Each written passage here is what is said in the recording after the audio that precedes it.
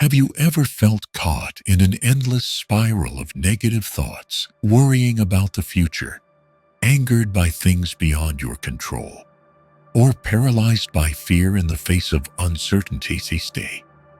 These emotions do more than drain us. They rob us of the joy of living. They cloud our focuses, delay what truly matters, and, at times, leave us mentally paralyzed. But here's the truth. Negativity doesn't come from the outside world. We create it within our own minds. Imagine standing before a door. On the other side lies a life free from the grip of fear, anger, and anxiety. A life where you command your thoughts and emotions rather than being ruled by them. Stoicism isn't some distant philosophy. It is the key to unlocking that door. Today, we'll explore how the great Stoics mastered their minds, overcame negative emotions, and turned their lives into journeys of strength and tranquility. Get ready to embrace a new way of thinking, one where you are no longer at the mercy of your emotions, but instead, you are the one in control. 1. The mind is like a movie. You are the director. Imagine your mind as a vast cinema where films play non-stop every day. But here's the twist. You are not just the audience.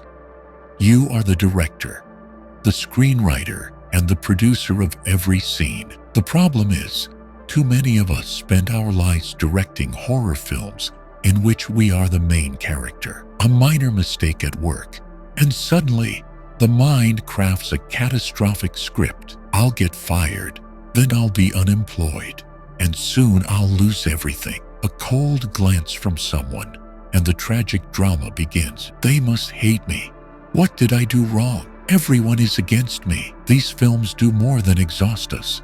They turn life into a relentless cycle of stress and anxiety. But what if we realized that we are the ones holding the camera? What if we decided to change the genre of the movie playing in our minds? Instead of filming tragedies, we could create an inspiring narrative, one where every challenge is an opportunity, every failure a lesson, and every new day a fresh beginning. When someone ignores us, instead of thinking, "They don't like me," we could consider, maybe they were just having a bad day. When facing difficulties at work, instead of, "I'm not good enough," we could reframe it as, "This is my chance to grow stronger."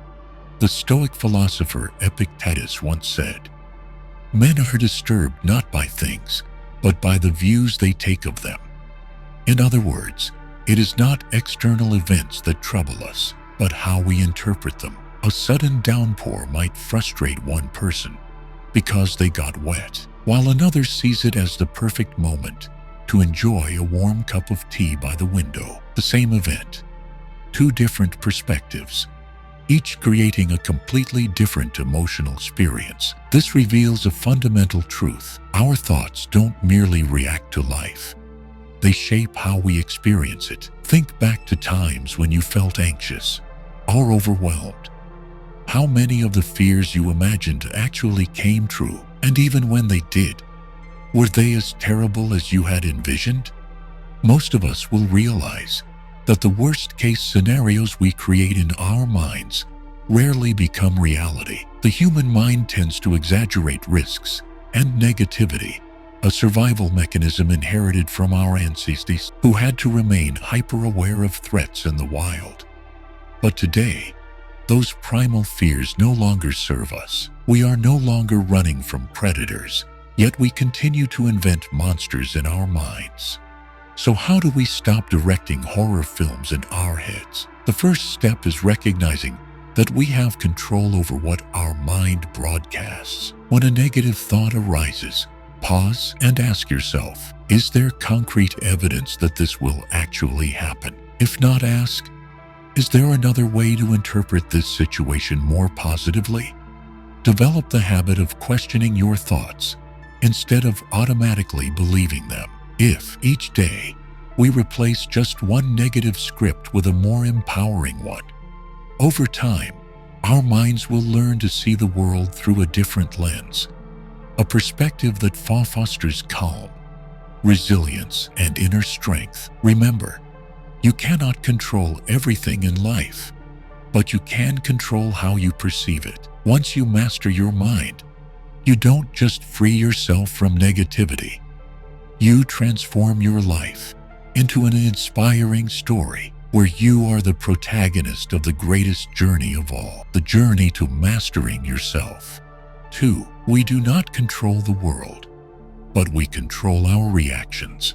There is an undeniable truth. The world is beyond our control. We cannot dictate tomorrow's weather, force others to treat us the way we wish, or predict the unexpected events that life may throw our way. Yet, amid this ever-changing and uncertain world, there is one thing we always hold in our hands: our response to it. Marcus Aurelius, the great Roman emperor and Stoic philosopher, once wrote, "You have power over your mind, not outside events. Realize this, and you will find strength." This means that no matter what happens in the world around us, we have the power to decide how we perceive it. No one can force you to feel anger, anxiety, or despair.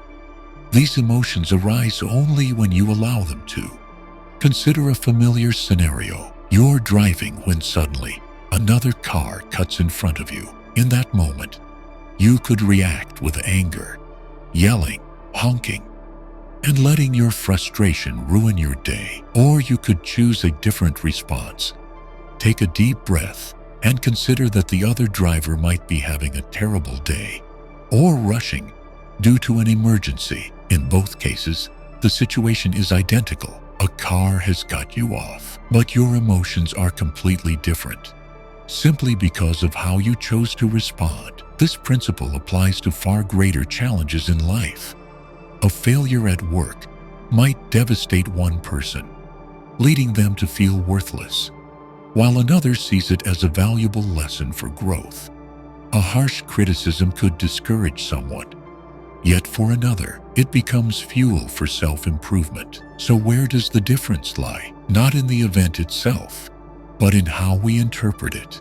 Seneca once said, "A fit of rage is more devastating than the wrong that caused it." When someone insults you, you can react with anger, hurt, and let it linger in your mind all day. But if you take a step back, you'll realize that their words only have power over you if you allow them to. If you are confident in your worth, no one's words can diminish you. Another common struggle is anxiety about the future.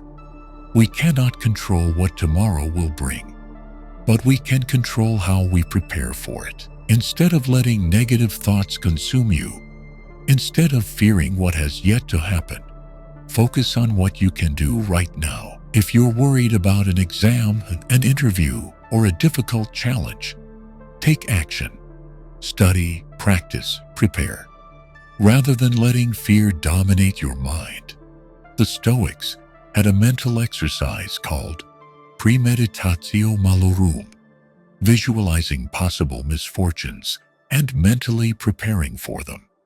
They did this not to dwell on negativity, but to strengthen their minds for whatever may come. If you accept that life will not always go your way, then when adversity strikes, you won't be shocked or overwhelmed. Instead, you will remain calm and steady. Once you understand that the world does not conform to your desires, you will stop complaining about it. Instead of resenting the rain, carry an umbrella. Instead of dwelling on those who mistreat you, focus on those who value you. Instead of being disappointed when things don't go as planned, ask yourself, what can I learn from this? True strength does not come from controlling the world, but from mastering your response to it. The strongest individuals are not those who have never faced hardship, but those who know how to stand firm in its midst. They understand that every event in life is like a wave. You cannot stop the tide from coming in, but you can learn to ride it. And once you do, nothing will ever break you. 3. Happiness comes from within, not from external circumstances. We often think of happiness as a destination, a state we can only reach once certain external conditions are met. a great job, a high salary, the perfect relationship, or the approval of others. But if happiness truly depended on these things, why do so many people who seemingly have it all still feel empty? Why are there wealthy individuals plagued by anxiety, while others with far less live with joy and peace? The answer is simple. Happiness does not come from what we possess, but from how we perceive life. Seneca once said, "True happiness is to enjoy the present without anxious dependence upon the future." Yet, we have conditioned ourselves to tie happiness to future achievements. I'll be happy when I get that promotion. I'll be happy when I can afford my dream house. I'll be happy when I find the perfect partner. But what's the problem with this mindset?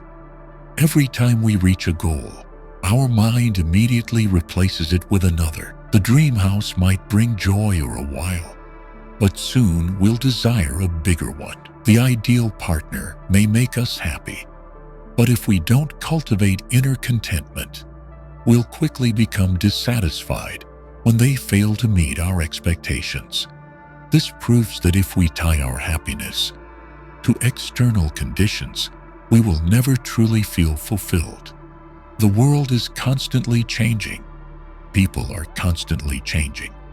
And if we rely on these uncertainties for our peace of mind, we will always be caught in a cycle of craving and disappointment. The Stoics understood that happiness is not about acquiring everything, but about mastering how we respond to life. Marcus Aurelius wrote, "You have power over your mind, not outside events.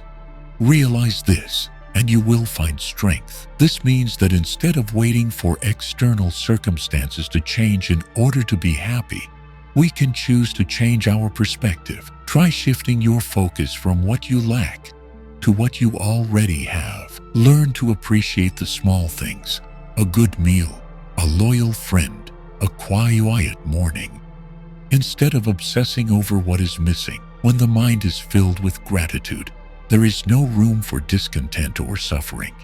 A powerful example of this is seen in those who have endured great hardship, yet remained mentally strong. Some people lose everything, but still find joy in the simplest moments. Viktor Frankl, a psychologist and Holocaust survivor, wrote in Man's Search for Meaning, "Everything can be taken from a man but one thing, the last of the human freedoms, to choose one's attitude in any given set of circumstances." He witnessed people in concentration camps facing the worst conditions imaginable, still finding meaning, still experiencing happiness through acts of kindness and resilience. This proves that happiness does not depend on circumstances, but on the way we think.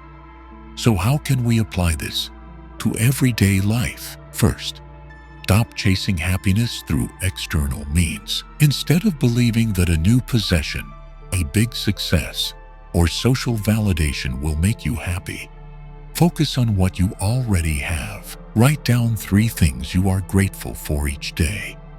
It may seem simple, but if practiced consistently, it will reveal how much beauty already exists in your life. Second, focus on the present. Too many people live trapped in the past or consumed by worries about the future.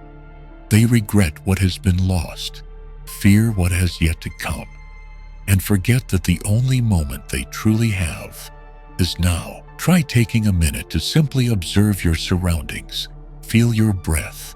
Listen to the sounds of life. Embrace the peace in small, fleeting moments. Finally, learn to let go of what you cannot control. If someone dislikes you, it does not mean something is wrong with you. If a plan does not go as expected, it does not mean life is unfair. Instead of allowing these things to dictate your emotions, focus on what you can change: your thoughts, your actions, and how you make the most of each day. When you stop tying happiness to external conditions and learn to cultivate it from within, you will no longer be shaken by the chaos of the world. You will realize that peace is not something granted by the outside world, but a choice you make every day. And once you truly understand this, you will no longer need to chase happiness because you will see that it has always been within you. 4. Distinguishing between what we can control and what we cannot. One of the most fundamental lessons of Stoicism is understanding the boundary between what we can control and what lies beyond our reach. Too many people spend their lives trying to change the unchangeable, only to bring themselves frustration, disappointment, and a sense of helplessness. But the truth is, not everything in life is within our hands. And accepting this is not a sign of weakness. It is the highest form of inner strength. Imagine standing before the ocean, trying to command the waves to crash onto the shore exactly as you wish. It is impossible. And the harder you try to control the uncontrollable, the more exhausted you become. But if, instead of resisting the waves, you learn to move with their rhythm, everything becomes easier. This is how the Stoics approached life. Marcus Aurelius once wrote, "Grant me the strength to change what I can, the serenity to accept what I cannot, and the wisdom to know the difference." This means that in any situation, we should pause and ask ourselves, is this something I can control? If the answer is yes, then take action to change it. If the answer is no, then worrying or getting angry serves no purpose. The only thing we can do is adjust our mindset and face reality with calm acceptance. Some things are entirely within our control: our thoughts, our actions, and how we respond to the world. But countless other things are beyond our control: the weather, other people's opinions, other people's actions, and the unforeseen events of life. Ironically, many people invest most of their energy worrying about the second category instead of focusing on what they can actually change. Consider someone who is furious because a coworker has spoken poorly of them.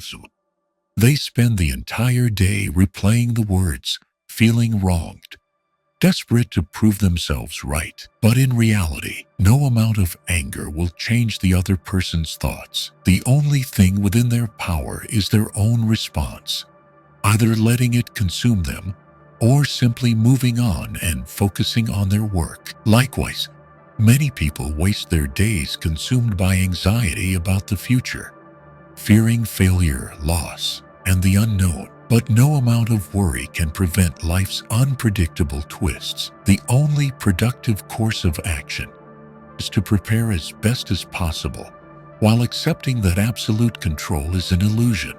A valuable Stoic exercise is to write down 2 lists, one for things you can control and another for things you cannot. When you realize that most of your worries, frustrations, and fears belong in the second list, you will see that trying to control them only robs you of your peace of mind. Instead, focus on what you can change. Rather than trying to make everyone like you, develop qualities that make you worthy of respect. Instead of fearing failure, prepare thoroughly. Instead of getting angry over what you cannot control, ask yourself, what can I do to adapt to this situation? When you master the art of distinguishing between what is within your power and what is not, you will no longer waste energy on the futile.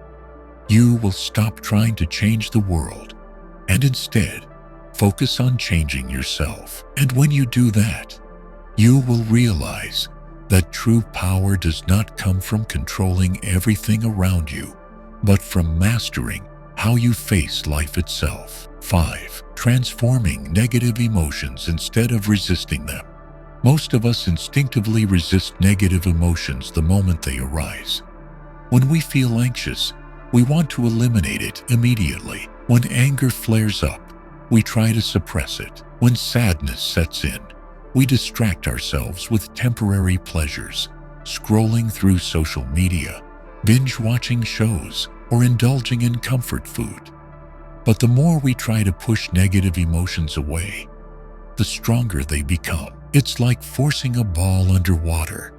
The harder we push, the the higher it rebounds. This is why the Stoics did not seek to fight negative emotions, but instead learned to transform them into strength. One of the core principles of Stoicism is not to erase negative emotions, but to observe and control them. When a negative emotion arises, instead of reacting immediately, pause and ask yourself, what is this emotion trying to tell me? The truth is, every negative feeling carries a message. Anxiety may be signaling that you are facing an important challenge. Anger might indicate that you feel hurt, or that an injustice has occurred.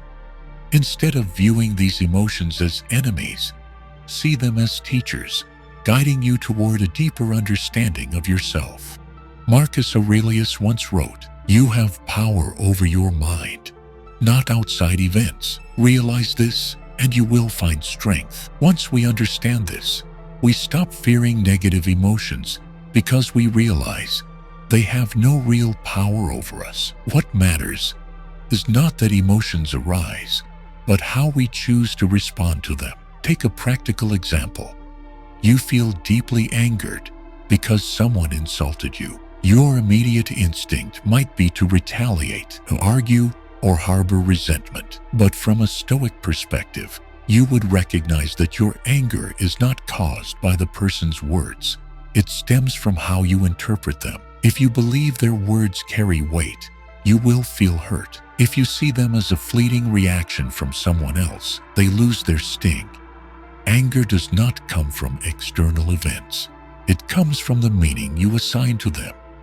And that means you have the power to decide whether or not negative emotions will control you. An effective way to transform negative emotions is to practice mental distancing. When an emotion surfaces, imagine yourself observing it from the outside rather than being concerned by it. If you are anxious, instead of letting the anxiety take over, place it on the table in front of you and examine it.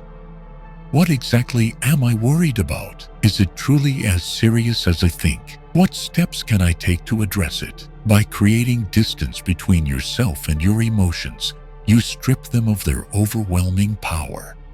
Another method the Stoics used was turning negative emotions into positive action. If you are anxious about an important project, use that anxiety as motivation to prepare more thoroughly. If you are angry about an injustice, channel that energy into improving the situation rather than drowning in resentment. When you repurpose negative emotions into constructive actions, they stop weighing you down and instead become a source of strength. Ultimately, remember that negative emotions are not your enemy. They are a natural part of life, a part of you. Instead of resisting them, learn to understand, regulate, and use them to your advantage. When you master this, you won't just free yourself from the grip of negativity.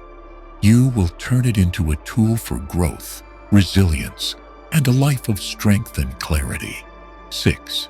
Stop overthinking and imagining the worst. The human mind has a peculiar tendency. It constantly creates scenarios of potential disaster. We worry about situations that haven't happened yet, conjure up endless negative possibilities, and allow them to erode our fog of mind. A brief remark from a boss can spiral into a fear of being fired. An unanswered message can turn into anxiety that someone is upset with us. A fleeting pain can make us fear we have a life-threatening illness. But how many of these imagined fears actually come true? Almost none. They are merely products of the mind, chains of baseless assumptions that we fabricate within ourselves. Epictetus once said, "People are not disturbed by things, but by the views they take of them." In other words, our suffering does not come from reality itself, but from the way we perceive it. A simple event can carry different meanings depending on our interpretation. If a friend doesn't reply immediately, we can assume they are busy, or we can imagine they are avoiding us. If it rains on the day we planned an outing, We can see it as an opportunity for a quiet day indoors, or we can complain that everything is ruined. The issue is not the event itself. It is our reaction to it. One reason we tend to imagine the worst is that the mind is wired for survival. In ancient times, humans had to remain hyper-aware of threats in order to stay alive. Our brains evolved to prioritize risks over positives. But in the modern world, where dangers like wild animals or natural disasters are no longer a constant threat, this mechanism misfires. It makes us fear things that are not real, worry about scenarios that don't exist, and in the process, we create our own suffering. So how do we break free from the cycle of overthinking? The first step is recognizing that not every thought we have is true. Just because we think something doesn't mean it is real. When a negative thought arises, pause and ask yourself, what concrete evidence do I have that this will definitely happen? If there is none, remind yourself that it is merely a product of imagination, not reality. The second step is to train yourself to think objectively. When your mind begins crafting worst-case scenarios, step back and evaluate the situation as an outsider. Ask yourself, if someone else were in this situation, what advice would I give them? More often than not, you will realize that the guidance you would offer to another person is far more rational than the way you treat yourself. The third step is to redirect your imagination. If you have the ability to envision negative outcomes, you also have the ability to envision positive ones. If you can create a horror movie in your mind, you can also write a story of resilience and success. Every time a negative thought appears, try imagining the opposite, a more constructive possibility. This is not blind optimism, but rather a way to balance your perspective instead of letting fear dictate your thinking. Finally, remember that not every thought requires analysis. Sometimes the best thing to do is simply let things be. If a problem has no immediate solution, set it aside for now. If a negative thought serves no purpose, allow it to pass, rather than dissecting it. The sky remains vast and blue regardless of how many clouds pass through it. And the same applies to your mind. Thoughts will come and go, but the real question is whether you allow them to control you.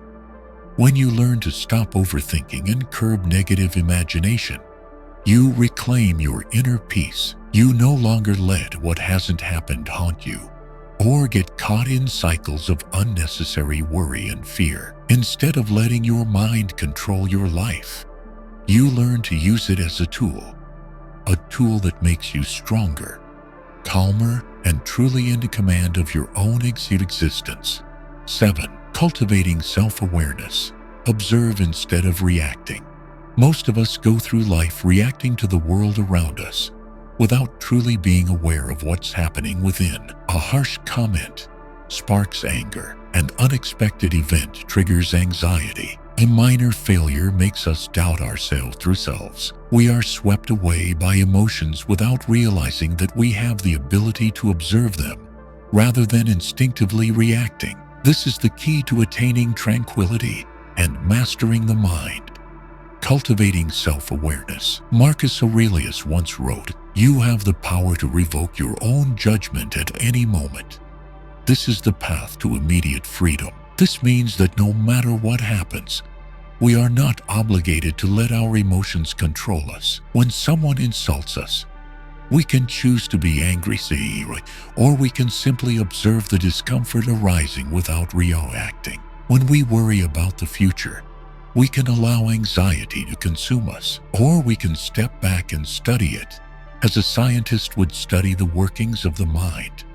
Imagine your mind as a vast sky, with thoughts and emotions as passing clouds. Some clouds may be dark and heavy, but ultimately, they will drift away. If you realize that you are not your thoughts, you are merely the observer, you will no longer be swept away by fleeting emotions. When anger arises, instead of reacting immediately, take a step back and ask yourself, what am I feeling? Where is this anger coming from? Is it truly necessary? Simply pausing for a few seconds to observe will shift the power dynamic. You are no longer controlled by emotions, but in control of them. A practical technique is to label your emotions. Instead of saying, I am angry, try saying, this is anger. Instead of, I am anxious, say, a thought of anxiety is arising. By doing this, you create distance between yourself and your emotions, preventing them from becoming your identity. This allows you to perceive them more objectively, rather than reacting instinctively. Epictetus once said, men are not disturbed by things, but by the view they take of them. If we fail to develop self-awareness, we will always be at the mercy of emotions, reacting unconsciously. When someone criticizes us, we might immediately feel hurt, defensive, or angry. But if we can observe our thoughts, we can ask, does this person's words truly affect me? Do they even know me well? Does reacting with anger serve any purpose? With enough awareness, we begin to see that most of what we once worried or got angry about was never worth losing our peace over. Self-awareness is not something you practice once and master. It is a habit to cultivate daily. Start by setting aside a few minutes each day to observe your thoughts without judgment. When a strong emotion arises, instead of reacting, pause, observe, and question it. You will soon realize that many negative emotions are simply unconscious reactions, and once you become aware of them, they lose their grip over you. As you strengthen your self-awareness, emotions will no longer dictate your actions. You will learn to master yourself and remain composed even in the most challenging situations. More importantly, you will discover that true peace does not come from controlling the external world, but from mastering how you respond to it. 8. Practice mental discipline every day. Willpower and mastery over the mind do not come from a sudden moment of enlightenment, but from consistent daily training. Just as muscles grow stronger through exercise, the mind must be sharpened through mental discipline. Without practice, the mind becomes vulnerable, easily swayed by emotions, temptations, and negative thoughts. But with persistent effort, little by little, we become the masters of ourselves, rather than being ruled by fleeting emotions or external circumstances. Epictetus once said, no great thing is created suddenly. A warrior does not become strong after a single battle, but through years of rigorous training. An athlete cannot achieve excellence without relentless practice, and a resilient mind cannot be built without daily mental discipline. This means that if you wish to master your emotions, overcome negative thinking, and strengthen your willpower, you must commit to this as a lifelong journey. So what does practicing mental discipline daily look like? First, it means gaining control over your thoughts. Every time a negative thought arises, train yourself to pause, observe, and ask, is this thought useful? If it isn't, let it go rather than allowing it to dictate your emotions. When left unchecked, the mind easily falls into repetitive negative patterns, breeding anxiety, anger, and frustration. But if you actively guide your thoughts toward reason and positivity, over time, you will reprogram the way your mind operates. Another key practice is embracing discomfort rather than avoiding it. One of the greatest weaknesses of the human mind is its tendency to seek comfort and avoid difficulty. We prefer convenience, procrastinate, and choose the easy path over challenging ourselves. But the Stoics understood that comfort does not create strength. Discipline and hardship do. So deliberately put yourself in situations that challenge you. Wake up earlier to reflect in solitude. Endure a stressful situation without reacting impulsively, or go a full day without your phone to train your focus. These small actions teach the mind how to tolerate discomfort, making you more resilient when true adversity arises. Mental discipline also means maintaining good habits daily. Even when motivation fades, there will be days when you don't feel like meditating, exercising, or reflecting on yourself. But it is on those very days that following through on your habits truly defines your discipline. Someone who only acts when they feel inspired will never go far, but one who sticks to their commitments, regardless of mood, will. Discipline is not about waiting for motivation. It is about making a pact with yourself that no matter what happens, you will do what needs to be done. A powerful practice is keeping a thought journal. Spend a few minutes in the morning or evening writing down your most important reflections. Did I control my emotions well today? How did I respond to challenges? What could I have done better? The Stoics, including Marcus Aurelius, used journaling as a tool for daily self-awareness and mental refinement.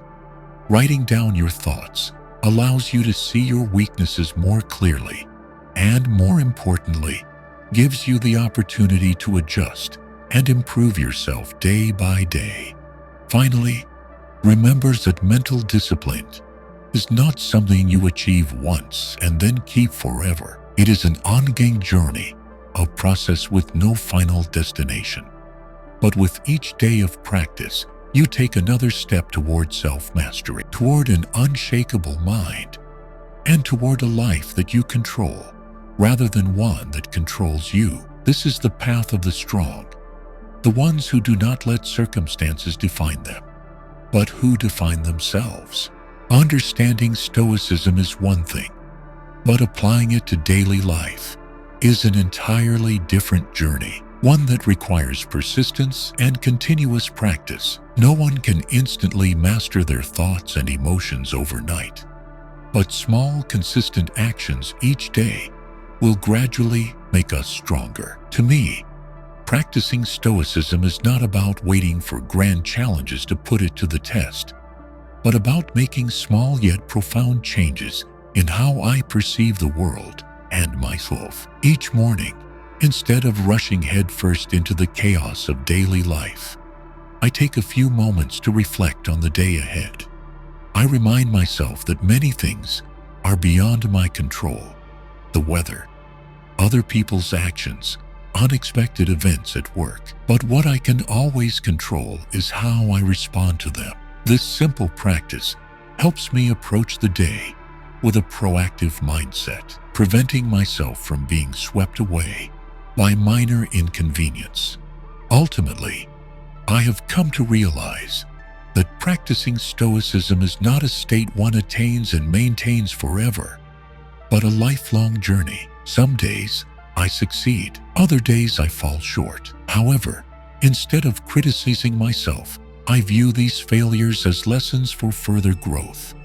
The most important thing is not whether we can perfectly control our emotions, but whether we are committed to improving each day. And that is the true essence of Stoicism, not seeking perfection, but striving for continuous progress.